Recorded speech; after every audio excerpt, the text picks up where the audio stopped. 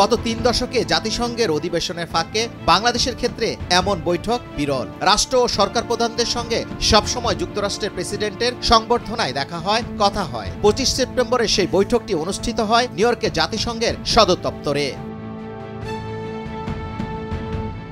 বিরল সেই বৈঠকে মার্কিন প্রেসিডেন্ট জো বাইডেন বাংলাদেশের অন্তর্বর্তী সরকারের প্রধান উপদেষ্টা ডক্টর মোহাম্মদ ইউনূসকে কাছে পেয়ে বুকে টেনে নেন। হাতে হাত রেখে বলেন, বাংলাদেশের সংস্কারের যে লক্ষ্য নোবেল বিজয়ী অর্থনীতিবিদ ঠিক করেছেন তা বাস্তবে রূপ দিতে সব ধরনের সহযোগিতা করবে হোয়াইট হাউস।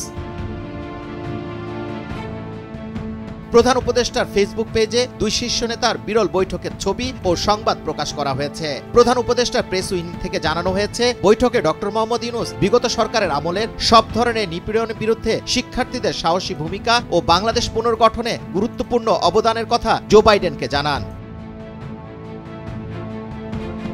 প্রেসিডেন্ট বাইডেন বলেন, শিক্ষার্থীরা যদি দেশের জন্য এত ত্যাগ স্বীকার করতে পারেন তাহলে তাদেরও পূর্ণ সমর্থন করা উচিত। বৈঠকে প্রধান উপদেষ্টা জুলাই বিপ্লবে চলাকালীন এবং এর পরে বাংলাদেশি শিক্ষার্থীদের আঁকা দেয়ালচিত্রে সংবলিত দ্য আর্ট অফ ট্রায়াম্ফ শীর্ষক আর্টবুক মার্কিন প্রেসিডেন্ট জো বাইডেনকে উপহার দেন।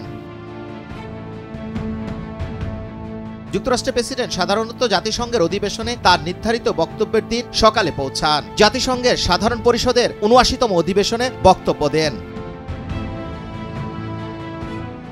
এরপর জাতিসংঘের অধিবেশনে আসা রাষ্ট্র ও সরকার প্রধানদের সম্মানে সংবর্ধনার আয়োজন করেন। জাতিসংঘের সাধারণ পরিষদের অধিবেশন চলার ফাঁকে কোনো শীর্ষ নেতার সঙ্গে যুক্তরাষ্ট্রের প্রেসিডেন্টের দ্বিপাক্ষিক সাক্ষাৎকার প্রায় বিরল।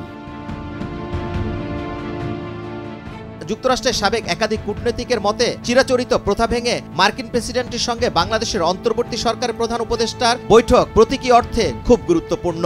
সংক্ষিপ্ত হলেও দুই নেতার সঙ্গে এই বৈঠক বার্তা দিয়েছে হোয়াইট হাউস বাংলাদেশের বর্তমান প্রশাসনকে সর্বাত্মক সহযোগিতা করতে প্রস্তুত। যুবরাজ ফয়সাল, ভোরের কাগজ, ঢাকা।